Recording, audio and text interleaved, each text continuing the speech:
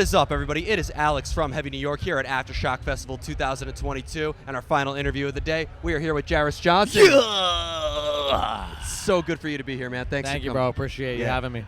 Of course, man. So the newest album is I Want Blood, I Want Love. True. Was the My Sword EP that you released before that, was that like intended to be kind of like a preview, or is that like connected to the album in a way? Yeah, it's not really connected. Yeah, it's just more of a little preview of what was to come. You know, it was also just a way to kind of lump in my songs that I had that were popping off at the time, Damn and Last Resort Reloaded, into a package with some other songs to get some attention on the other songs. So, yeah, just a little business move, pretty much. Nothing too artistic about that EP, just a little vibe. Hell yeah. So. And you're playing here at Aftershock Festival, and our little birdie told me that Lamb of God was actually your first concert ever. It's true, yeah. And now we are sharing the stage, which is a fucking honor. So that was awesome. And I met Randy earlier, and I told him that, and he was very cool. So. It's so cool because, like, you collaborated with Jacoby Shaddix, you toured with Falling in Reverse, Lamb of God's your first concert.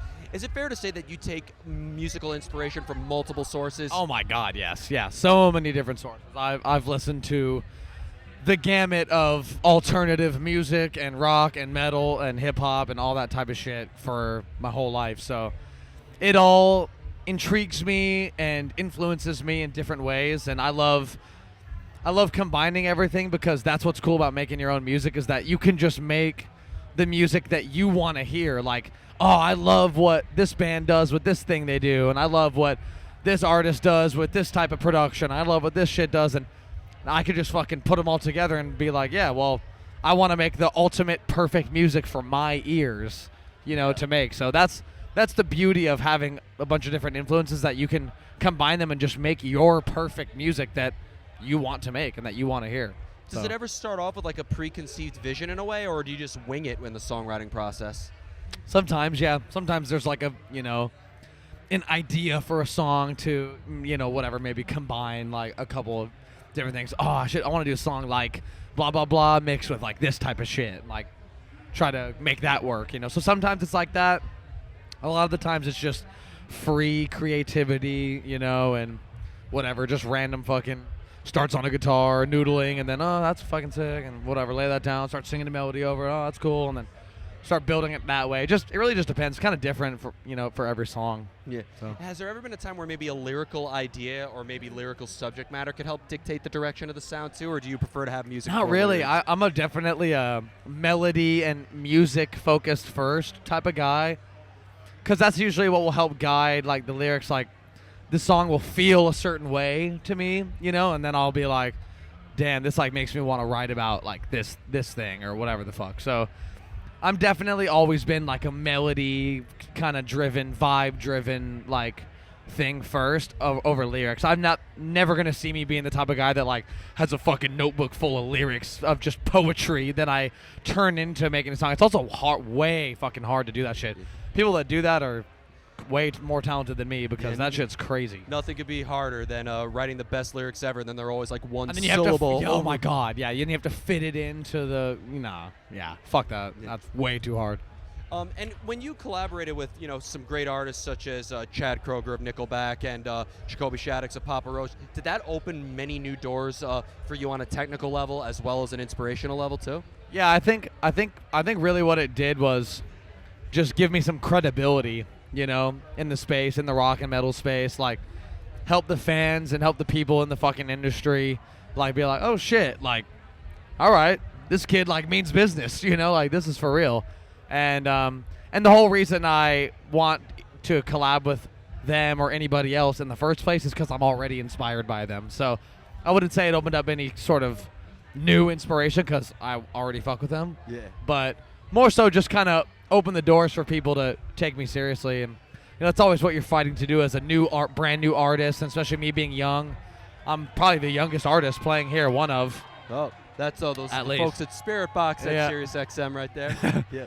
But, I'm probably one of the youngest artists, so you always got to fight for your respect when you're coming into a new place and being the new guy on the block. So that should help me out with that. It's always good to get love when you first start, but I think there's something to be said when you fight for that love as well. Yeah, I'll fight for anything, I fight for the future of rock, baby. Hell yeah. And I have a She few more knows. questions for you, but when you play at a festival like this versus, playing at like a regular venue like you did on the Falling in Reverse tour, is that like a different type of experience or a different vibe? Yeah, way different vibe. Honestly, festivals are fucking awesome. Like, I've pretty much always had a good experience at festivals, especially DWP festivals. And, it's cool because it's a baked in, obviously I have a lot of fans that come and show up in their front row singing everything, but it's such a good opportunity to like get in front of so many new eyeballs that just maybe have no idea who I am, and they're walking by or walking in the entrance and going, what the fuck is going on there? Who's that kid? Like, what's happening? And then they message me afterwards being like, dude, I never heard of you before, but that was fucking crazy. So I love festivals. I also love playing the venues. Like, the intimacy of obviously playing like a venue is sick, and I do love that as well. But yeah, festivals are like, there's like sort of a magic about festivals, and then all the bands are here. I'm saying hi to everybody. I'm saying what's up to Ronnie. I'm saying what's up to everybody else, and just hanging, and like, it's so fun. It feels like such a community and like a scene, and I love that. And it Yeah. proves that rock I is love that. anything but dead. With Oh, all it the ain't people dead. that- It ain't dead, baby. And is there a similar energy that you put into your live presence as you do in your songwriting, or do you consider songwriting and playing live two separate arts altogether? I mean, they're separate arts for sure, but I love playing live. It's important to me to put on a fucking show. I want people to come to my show and forget about everything else. I want them to come and feel like they can fucking do anything when they listen to my music, and like, just fucking vibe with me up there and just go crazy. Like, I love the energy of a live show. I love putting on a good show.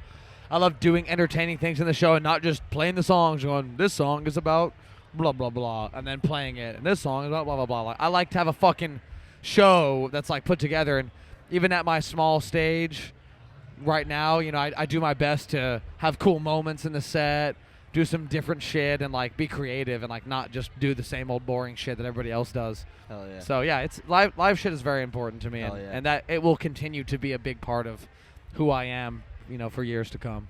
Damn right, Will. So before we go, I want to thank you so much for your time today. Great to catch Thank up you, bro. with you. Is there just anything else that you would like to promote after this amazing performance at I'm After working Show? on a fucking album, baby. It's gonna change the history of rock forever. Oh, hell Okay, yeah. It's gonna come next year. I'm gonna disappear off social media for a few months, just work on the album, work on the music, and I'll come back next year with a fucking vengeance, baby. Oh yeah, and if we thought we heard a lot off I Want Blood, I Want Love, that's not even scratching the surface. There's a lot more to be. We ain't even gotten started yet, baby. Hell yeah.